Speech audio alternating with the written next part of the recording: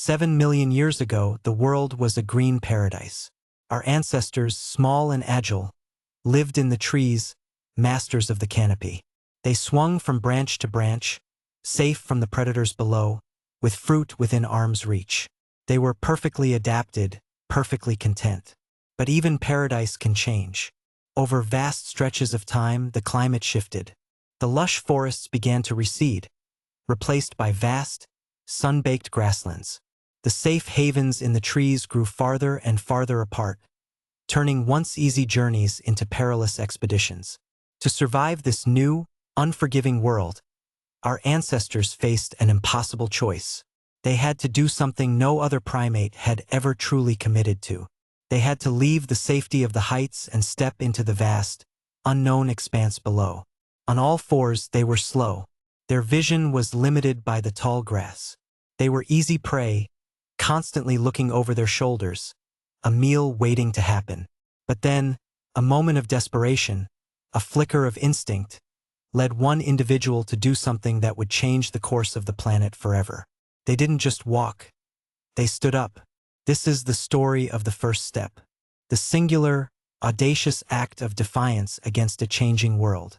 The moment we stood up, freed our hands, and began the long, arduous, and ultimately triumphant journey toward becoming human. This is episode 1, The First Steps. Walking on two legs, what scientists call bipedalism, is arguably the most fundamental breakthrough in our entire history. It happened millions of years before we developed large brains, crafted complex stone tools, or even dared to control fire. But why did this seemingly simple act become such a game changer? What were the evolutionary pressures that favored such a radical shift in locomotion? The first and perhaps most immediate advantage was profoundly practical: free hands. When you stand up, your hands are no longer tethered to the ground, no longer needed for movement. This simple liberation opened up a universe of possibilities. You could carry precious food back to your family or a safe haven. You could carry your vulnerable infants away from immediate danger. Crucially, you could carry and manipulate objects, the very first primitive tools, even if they were just unmodified rocks or sticks. This ability to transport and utilize objects laid the groundwork for all future technology and cultural development. The second critical reason was survival in the scorching heat of the expanding savanna. Imagine the African sun beating down.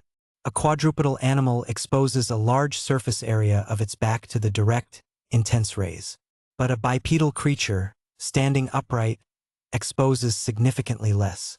Furthermore, standing taller allows for greater exposure to cooling breezes, especially important for the brain.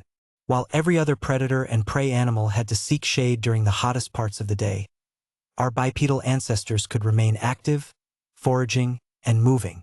We became, in essence, the masters of the heat, gaining a crucial competitive edge. Beyond free hands and thermoregulation, bipedalism gifted us a superpower that is often overlooked: unparalleled energy efficiency. Walking on two legs is, over long distances, significantly more economical than walking on four. Our ancestors could cover vast stretches of land with less effort, conserving precious calories. This energy efficiency transformed us into the Scavenger Kings of the prehistoric world. We weren't the fastest, but we were the most persistent. We could spot a kill from miles away, patiently walk towards it, and often arrive at the carcass before other, faster scavengers who had to rest more frequently. This allowed us to access nutrient-rich meat and marrow, a vital source of protein and fat crucial for brain development. By the time species like Homo erectus appeared around 1.9 million years ago, our bodies were fully optimized for endurance. Their long thigh bones, arched feet, and specialized hip muscles allowed them to take long strides and walk for hours on end. We weren't built for speed, but for persistence.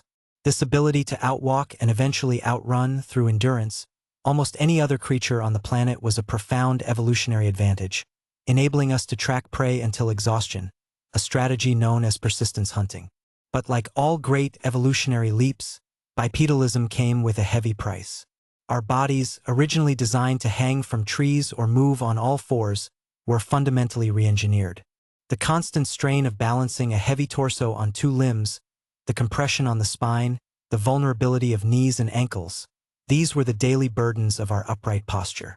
Every ache and strain was a direct consequence of this radical shift. Perhaps the most profound and dangerous trade-off was the obstetric dilemma. The narrowing of our pelvis, essential for efficient bipedal walking, simultaneously made childbirth incredibly difficult and dangerous. For millions of years, it was a gamble that often cost the lives of both mother and child. The very act of bringing new life into the world became a perilous journey, a testament to the immense evolutionary pressure that favored bipedalism. It was a gamble that almost wiped us out, but ultimately it paid off. That first tentative step, taken 7 million years ago, set off an irreversible chain reaction. It freed our hands to build, to create, to innovate. It saved our energy, allowing us to fuel the growth of our increasingly complex brains. It enabled us to leave the shrinking forests and, eventually, to conquer every corner of the earth. We are the species that stood up, and that single act defined our destiny. But standing up was just the beginning of our incredible journey. Once our hands were free, we needed something to do with them. And our next great breakthrough would be the one that finally gave us a seat at the top of the food chain, transforming us from scavengers into true masters of our environment. To discover how we moved from simply walking to taming the most dangerous force in nature, fire, click this video right here. And to follow the full 30-episode journey of our species, uncovering every pivotal breakthrough, make sure to subscribe. I'll see you in the next episode.